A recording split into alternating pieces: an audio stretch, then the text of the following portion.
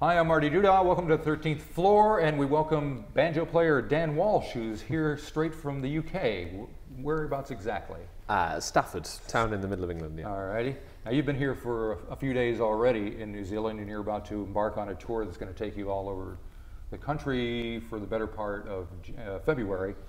But you've already met a few local musicians while you're here. You were jamming with the Tattletale Saints, is that right? Tell me about that. Yeah, well, I played a headline slot at Auckland Folk Festival, which was great, my first gig in New Zealand. And yeah, I ended up in a big jam with the Tattletale Saints and a guitarist called Mark Mazengab, hope I've pronounced that right. Close enough. And also 10-string symphony from Nashville as well. So right. Yeah, it was a real cultural mix in there, yeah. Yeah, I saw both a Tattletale Saints and 10-string symphony at the Paddington the other night. Yes, I was there too. Yeah. And so what do you think? Do you guys, because Rachel plays the banjo as well, yeah. Do you kind of compare notes banjo-wise? Are there different styles that you kind of look at each other and go, oh, very much so. I mean, Rachel's very self-effacing about her banjo playing. I think she sees herself as more of a fiddler, but she's a pretty nifty banjo player too. So yeah, and we both play this clawhammer style, so we both kind of discussed that a fair bit, yeah. And for folks who are not that familiar with banjo styles, what is clawhammer style? So very simply, the two main ways of playing 5-string banjo, you've got 3-finger style, popularised by Earl Scruggs, which is a bit like finger picking on guitar. And you pretty much only play the Beverly Hillbillies theme with that style, is that correct? You play anything with that style. Just watch Bella Fleck. But I play this clawhammer thing, which is traditionally more of an old-timey rhythmic thing. But what I play is kind of a melodic version, so I play a lot of tunes, a lot of accompaniments, a bit of funk, a bit of, well, whatever I fancy, basically. Yeah. Cool. And most people think of the banjo as an American instrument. Is it, or is there a tradition in the UK as well?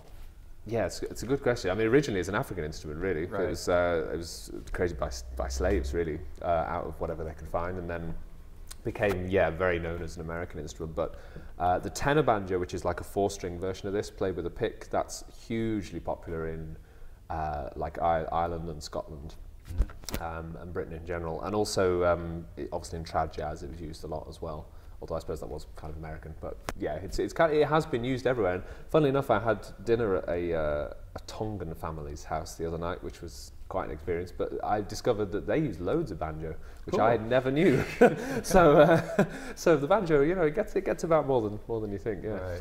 And of course, I guess in England, the main purveyors of banjo music these days are like Mumford and Sons. Yeah. So has their popularity had a much effect on what you do and how you're? Yeah, received? I mean, the main thing I've noticed is that I sometimes get requests for their songs as well as Deliverance, so I actually get more than one request, which is quite nice. But no, seriously, yeah, they have popularised the banjo a lot. Yeah. I mean, it's been really good for the instrument to have a internationally popular band, not just in a novelty kind of way, but a genuinely cool, popular band with a banjo, and that's been a good thing for the music, definitely. Cool. Yeah. So you're going to be traveling all through New Zealand, not just Auckland and Wellington and Christchurch, but the nooks and crannies as well. Cause I think so, yeah. There's a lot of dates on this tour that's taking you through the end of February. And you have an album out called The Same But Different, yes. Which I believe you're going to play a tune for us from that. Yeah. Which one? And tell me a little bit about the song. Okay, well, I'd like to play More About You, and that's a song I wrote about a quite dreadful talk show we have in England called the Jeremy Kyle Show. I really hope it hasn't made it this far out.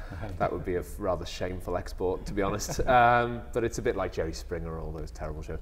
It's a bit of a dig at that, basically. It just sort of came to me, and then I played it to Mark, who was recording my album, and he liked that one. So, all right, so let's see what it sounds like. Okay.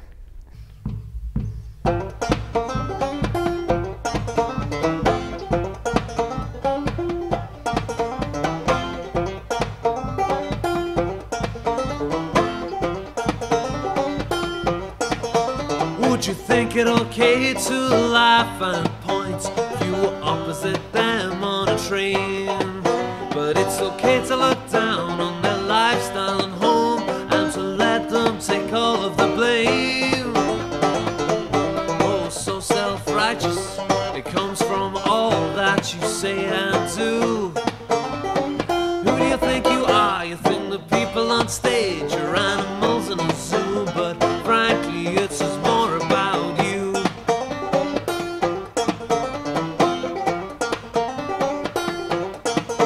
So just sit down and take in the drama and be shocked, amused and smug as dull cheats, scumbags, druggies and junks are on the stage playing the mug.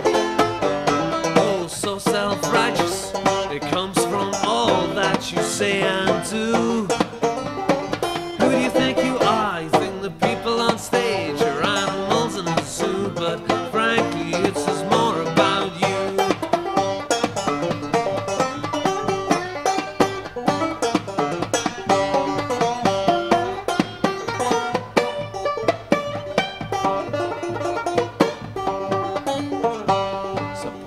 Your morals, your codes, your ethics, and how good you think you are, and convince yourself that this rings true with you. Your satisfaction will keep going far as you keep praising yourself for the way you think you actually live your life. Maybe spare a thought for the human freak show who's off to continue his stride. Oh, so self-righteous, it comes from all that you say and do. Who do you think you are? You think the people on stage are animals in a zoo, but frankly it says more about you. Who do you think you are? You think the people on stage are animals in a zoo, but frankly it says more